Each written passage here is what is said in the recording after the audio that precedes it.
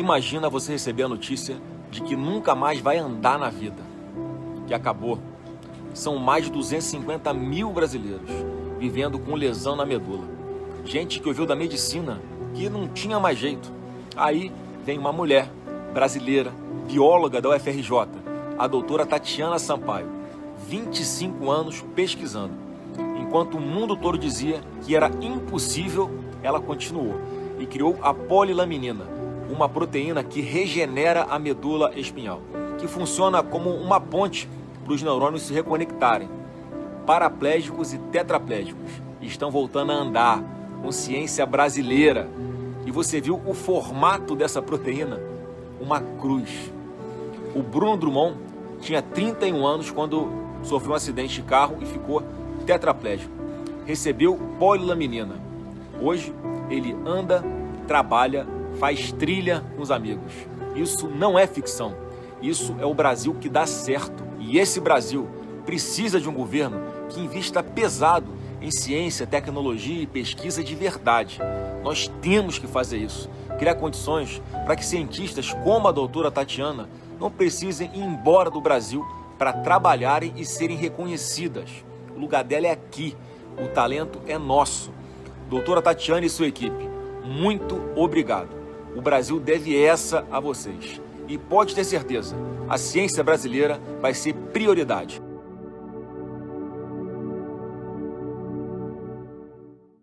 Está sendo dito aí que o Carlos Bolsonaro vai mapear os aliados do PL que não estiverem fazendo campanha para o Flávio nas redes. Pessoal, é exatamente isso que tem que ser feito. Porque depois que a eleição está ganha, muitos falam, olha, eu sempre estive do seu lado. Ou então, na hora que se perde a eleição por 1%, por 2%, essas pessoas falam, olha, isso aconteceu porque era um Bolsonaro. Pois é, quem é que tem condição real de ganhar do Lula? Inclusive, segundo as pesquisas de institutos ruins e as internas feitas por institutos sérios. Quem tem condição, pessoal, é o Flávio. E o nome Bolsonaro tem muito peso. Mas essas pessoas depois vão falar, perdeu por isso, ou então ganhou, eu sempre tive aqui. Não, não, não. Eles têm que apoiar agora, porque eles são pré-candidatos, mas a campanha feita nas nossas redes começa agora. Imagine de quem pretende se eleger e viver do erário público. E depois vai falar, ai, eu não apoiei, ou eu apoiei, eu sou independente. É independente? Então, depois não venha pedir para estar do lado do governo. E olha, pessoal, agora o eleitor tem que ter uma coisa muito clara. Essa história de, em primeiro turno eu faço uma coisa e em segundo outra, é colocar os presos políticos no inferno para sempre. Mas daí não com a assinatura do Moraes só, e sim com a sua assinatura. Agora não é um momento de brincar. Primeiro turno é uma coisa, segundo é outra. Não. Agora é o momento de apoiar o Flávio Bolsonaro e vencer essa eleição com a mais ampla vantagem possível. Porque tem pessoas sofrendo na cadeia nesse momento. E não há nenhum candidato capaz de vencer o PT sem ser o Flávio. Então, as pessoas normais já deveriam estar apoiando. Agora, quem pretende ainda ocupar um cargo público já deveria estar apoiando faz tempo, né? Pois é, hein, pessoal? Aqueles que comemoraram o fim da CPMI, que não assinaram para que a gente continuasse todo o trabalho, aqueles que fizeram foto, né? Fizeram lá toda uma manifestação, um relatório paralelo, agora devem estar preocupados e nem dormindo, hein? Falei com vocês que a CPMI ela seria parada, mas as investigações não. E eu coloquei com muita clareza, viriam delações que vão revelar tudo aquilo que nós não tivemos tempo para trazer para vocês. Agora está aí, Maurício Camisotti, empresário preso desde setembro, e é bom lembrar, um dos primeiros que nós pedimos a prisão pela CPMI, ele decidiu, assinou a delação e vai falar todo mundo que está envolvido, todo mundo, políticos, filhos de gente importante, por aí vai em toda essa história. Então, o tempo da comemoração daqueles durou muito pouco. A verdade não pode ser calada, gente. Eu tenho muita clareza para vocês, se nós tivéssemos tido pelo menos mais 60 dias, muito mais revelações nós faríamos ao Brasil. Mas a nossa parte foi feita, a verdade apareceu, o escândalo foi mostrado e nós cumprimos com o nosso papel com o Brasil. E agora é só esperar. Não durmam mesmo, corruptos, porque a hora de vocês vai chegar e vocês vão enfrentar a justiça. Agora vamos a este post da Páscoa, indigesto, né? Onde a primeira-dama cozinha um animal silvestre para o nosso presidente da República. Eu quero só assistir um pedacinho aqui com vocês antes de eu comentar tudo. Vamos lá. O que você está cozinhando? Eu tô fazendo paca hoje pra você. O que você vai colocar nessa paca ao molho? Essa paca ficou 2 dias no tempero. Bastante alho, bastante tempero verde, algumas ervas, né? Porque carne de caça pede erva. Carne de caça! Ela falou carne de caça. Eu escutei que já vi esse vídeo 1000 vezes pra ter certeza. Depois que teve a polêmica, a Janja veio a público ali nos comentários e falou: não, gente, não é carne de caça, veio de um criador legalizado pelo IBAMA. Pasme, isso realmente existe. Eu acho um absurdo, já vou explicar por quê. Porém, gente, qual o objetivo dessa... Vamos lá, que realmente não é crime, realmente foi de um criador legalizado. Qual o objetivo dessa porcaria, Janja? Qual o objetivo disso daqui? Você acha que vai acontecer com esse seu post? Está incentivando sim a caça, está incentivando sim as pessoas quererem consumir animal silvestre. É de uma irresponsabilidade inacreditável. E mais uma coisinha, a paca, gente, é o animal mais caçado no Brasil. A paca é fundamental porque ela dispersa sementes, isso é muito importante para as nossas florestas. Ah, o criador, nananã. Gente, a criação de animal silvestre em cativeiro é terrível. A gente vive brigando, né, IBAMA, contra isso, né? Porque o animal silvestre ele não se adapta ao cativeiro. E a paca, gente, ela sofre demais. Sabe por quê? Porque ela não é um animal que vive em grupo. Mas no criador tem que viver em grupo, né? Então já vai totalmente contra a natureza dela. E pior, assim, ela tem apenas um filhote por gestação. Ou seja, essa criação, ela é o quê? Elitista. É para pouquíssimos.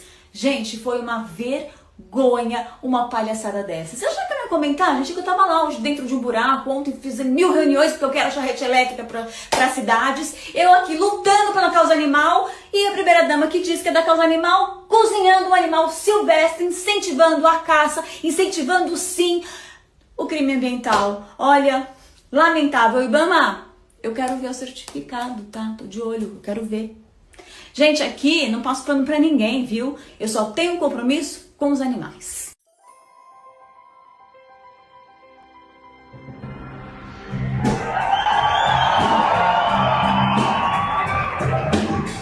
Vocês não comeram paca hoje, não? Boa noite, Porto Alegre.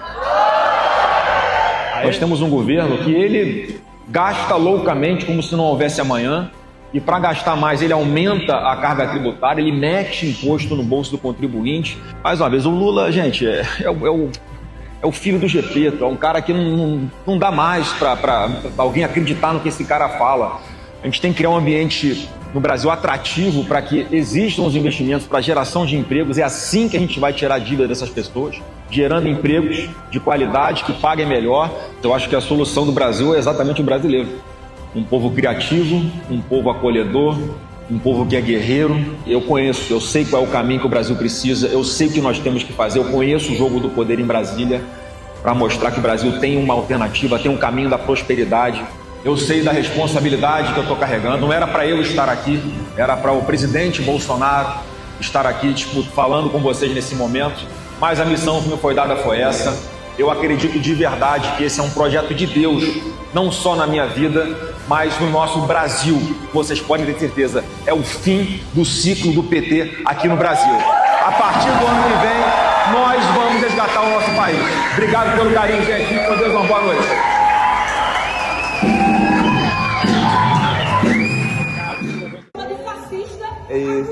O que dá lá da cá, o que dá lá da cá. Porque é um shopping, mas vocês estão dentro do shopping gritando e a gente não fica mais calado. Aqui esses dois, Eu cansei de ficar calado, a gente tem que ficar calado. no meio dela. O Vem não gosta do Bolsonaro, tudo bem. Vai assistir o filme do Lula e vai ter o filme A Picanha Prometida, que virou abóbora. Pode assistir lá. Tamo junto. Gente, eu só queria deixar um recado. Tamo com o Flávio até depois do fim, porque o legado vai continuar com ele. Agora é Flávio.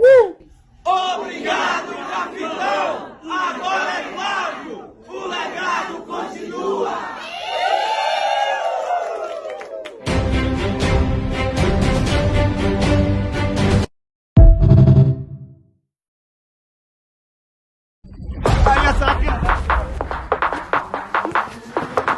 Vai rolar a pelota! Ei.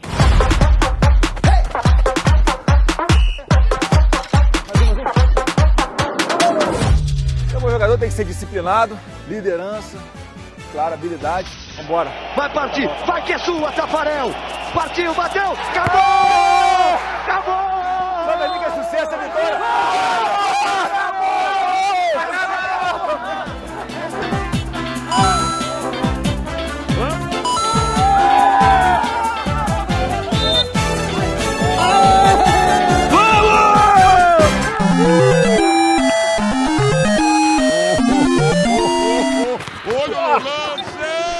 Foi nada, se jogou. Vão querer me perseguir em campo com essas minhas habilidades, mas não vai dar certo, vamos conseguir vencer essa partida. Chamamos aqui os parlamentares, a nossa base, o pessoal aliado que está no dia a dia ali no Congresso Nacional, está lutando pelo povo brasileiro, então é uma grande honra jogar ao lado deles aqui. E com esse time maravilhoso, não tem como a gente perder. Queria agradecer primeiramente a Deus, né, que deu essa vitória pra gente. Aí, deu mole pra mim dentro da área, meti 3 golzinhos, pedindo música, hino da vitória, igual que a gente vai ter em outubro, pra resgatar esse Brasil. Valeu!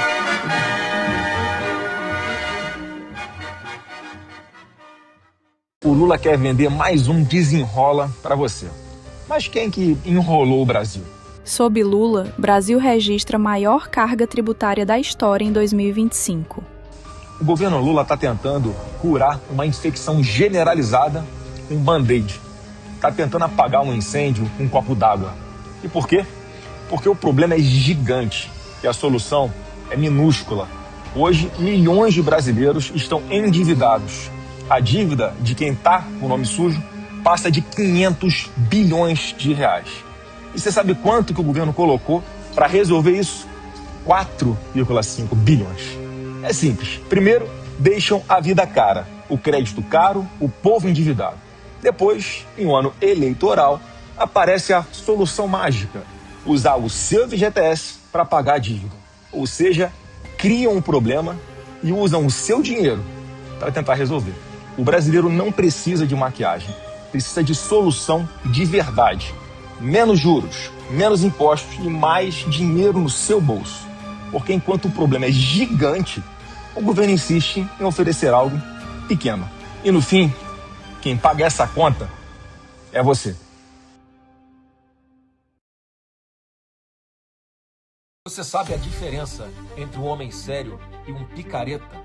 Aqui está o exemplo de quem sempre tratou o dinheiro público com respeito. Cartão corporativo, são 3 cartões. Um que é despesas de viagens Brasil fora do Brasil, outra do Alvorada, que tem 200 pessoas que seguram lá, e um particular meu. Sabe quanto eu gastei ao longo de 4 anos? 0. Podia sacar dinheiro e gastar até 20 pau por mês. Pra mim é dinheiro pra cacete. Eu nunca saquei um centavo. Agora, olha o contraste. Mais de 1,4 bilhão de reais gastos no cartão corporativo do Lula, enquanto o brasileiro aperta o cinto todos os dias. Isso não é prioridade. Isso é descaso com quem paga impostos altíssimos que foram aumentados ou criados pelo próprio Lula, enquanto ainda tem tanta gente passando fome no Brasil. E esse ano, o Lula vai prometer de novo que vai tirar os brasileiros da fome. Lula, eu te desafio a divulgar todos os gastos do seu cartão corporativo. Você mentiu dizendo que no seu governo não ia ter sigilo. Então, estamos aguardando a transparência que você prometeu. O presidente precisa liderar pelo exemplo. Bolsonaro mostrou que é possível governar com responsabilidade e respeito ao dinheiro do povo. Quando a gente compara, fica fácil entender quem está do lado certo. Eu estou do lado de quem respeita o Brasil. E você? Sadi, esse é um cenário claro de consolidação do nome do filho do ex-presidente Bolsonaro, ele que mostra, mesmo com a movimentação política do PSD, ele vai crescendo o seu espaço. E para deixar isso muito claro, eu vou mostrar para o assinante uma comparação. Eu peguei um dos cenários, aquele cenário 4 que eu mostrei, Sadi, e olha o que acontece. Esse é o cenário Lula, Flávio, Ratinho, Aldo, Renan, em dezembro de 2025. Lula tinha 39, Flávio 23, Ratinho 13. Eu vou concentrar nos 3 primeiros.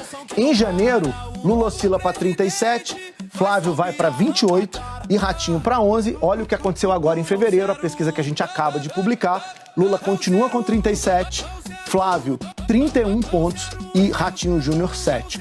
O filho de Jair Bolsonaro se consolidou como candidato oposicionista. Mesmo aquela avaliação que havia inicialmente de que Jair Bolsonaro tinha errado ao indicá-lo como seu sucessor, se dissipou e hoje a maioria dos ouvidos acha que foi uma escolha acertada. Ninguém pode dizer que a candidatura de Flávio Bolsonaro, candidatura da direita, seria, portanto, uma aventura. Ele tem resultados nas pesquisas melhores ou tão bons quanto os de Tarcísio de Freitas. A candidatura está consolidada. Esse segundo lugar confortável mostra uma oscilação do Flávio entre 29% a 33% das intenções de voto. Um número bastante consistente para um nome que não é, ou não era, pelo menos até pouco tempo atrás, conhecido nacionalmente. Era apenas o filho do ex-presidente Jair Bolsonaro.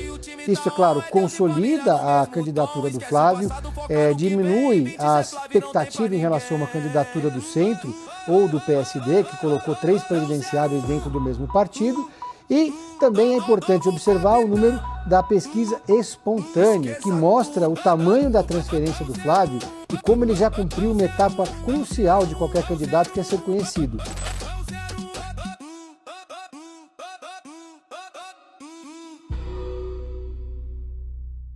Bom, cara, eu tenho muito claro na minha cabeça que a gente tem um adversário em comum, que é o PT, como você falou. O país não aguenta mais 4 anos de Lula fazendo o que esse cara está fazendo, arrombando aí os cofres públicos. A gente tem a taxa de juros das mais altas do mundo, proporcionalmente aí, né, Spire? E isso reflete na dificuldade de tomar financiamento. Quem quer empreender no Brasil, primeiro tem que fazer as contas, porque o Estado é sócio majoritário do teu negócio. Sim. Segundo, a carga tributária, né, absurda, burocracia absurda, e com a taxa de juros nesse patamar, por causa da gastança do atual governo, da irresponsabilidade fiscal dele, você inviabiliza. Todo mundo prefere pegar um dinheiro que nem guardado, mete lá num CDB sem risco para render um pouquinho acima da inflação, ao invés de você investir em abrir um negócio, em ampliar um negócio. A quantidade de empresa quebrada. Né? Recorde de empresas, né, quebradas. Então eu tenho muita consciência, Morgado, que eu pelo menos dou o exemplo nessa linha. Eu não só falo, eu pratico o que eu vou te falar aqui, que é, olha, gasta energia apontando os erros do PT, gasta energia falando a verdade sobre esse governo horroroso que está sendo, e vamos parar de se dar cotovelada. Só que eu falo isso há anos. A reflexão que eu peço pro povo é a seguinte, Emílio, você está em dúvida, né? Pensa o seguinte, como é que vai votar, como é que você acha que vão votar os assaltantes? Como é que você acha que vão votar os estupradores? Como é que você acha que vão votar os estupradores? Como é que você acha que vão votar os caras que estão roubando INSS? Tudo com Lula, cara. Tu vai votar igual esses caras por quê? Dá oportunidade, porque alguém vai sentar naquela cadeira de presidente. Dá oportunidade para quem está trazendo, pelo menos, uma mentalidade diferente do que você está vendo hoje. O Lula está torrando aí milhões e milhões de reais para tentar ganhar a simpatia das pessoas que precisam do governo para ter o que comer. Só que essas pessoas estão recebendo lá um Bolsa Família, que é sempre importante frisar que sempre tem fake news, né? Que a gente vai manter, a gente vai abraçar as pessoas que precisam, porque tem muita gente que precisa dessa ajuda do governo para ter o que comer. Está dando agora o Vale Gás, quer dizer, está tentando, mais uma vez, gastando dinheiro público para tentar ganhar a simpatia dessa galera. Só que eu pergunto para quem recebe esses programas sociais, você tá tranquilo quando você deixa seu filho no colégio? Você acha que ele tá lá seguro? Você tem medo de roubar o seu celular no meio do caminho? Você tá dentro do ônibus para ir trabalhar, pode tomar bala perdida na cabeça? Você tá num sinal de trânsito com a sua família, vem alguém, enfia um revólver na sua cabeça para... Não foi com a sua cara te dar um tiro? Essa mentalidade que o atual governo vê com simpatia esses marginais, porque não foi por acaso que os presídios ficaram em festa quando o Lula foi declarado presidente em 2022, é essa galera que está fazendo L. E o que a gente está vindo propor? Como eu falei, não é uma eleição Bolsonaro versus Lula. É uma eleição para qual caminho você vai querer escolher. Você vai querer continuar nesse caminho aqui da violência, ou que você quer dar uma oportunidade para alguém que já está fazendo endurecimento de lei penal, que está se propondo a construir presídios, que está se propondo a pegar o dinheiro da educação, que hoje é mal investido, e aplicar com qualidade, no máximo, na educação básica, para essa garotada ter uma ter mais dificuldade para ser aliciada, para entrar na vida do crime, porque tem que pegar na mão dessa molecada, cara, e arrastar o ensino fundamental, o ensino médio, até ele ter uma profissão, um curso profissionalizante, ou abrir a própria empresa. Essa mentalidade, Emílio, que a gente tem que mudar. Não dá para a molecada, uma parte dela, ter como ídolo, pô, o dono da boca de fundo da rua dela. Tem que ser como ídolo as pessoas que prosperaram na vida. Então a gente tem que trabalhar essa expectativa, e dá para fazer a partir do momento que você bota no papel, apresenta para o povo isso que eu estou falando. Olha, um Estado mais enxuto, vamos trabalhar dessa forma na questão da violência, vamos reduzir impostos, vamos reduzir burocracia, vai ter mais oportunidades aqui de empresas querendo investir, e é aí que você vai trabalhar. Como é que eu vou pacificar o país? É isso aí. Vou distribuir muito amor, até pra vocês que me odeiam. Tamo junto, vou governar pra todo mundo.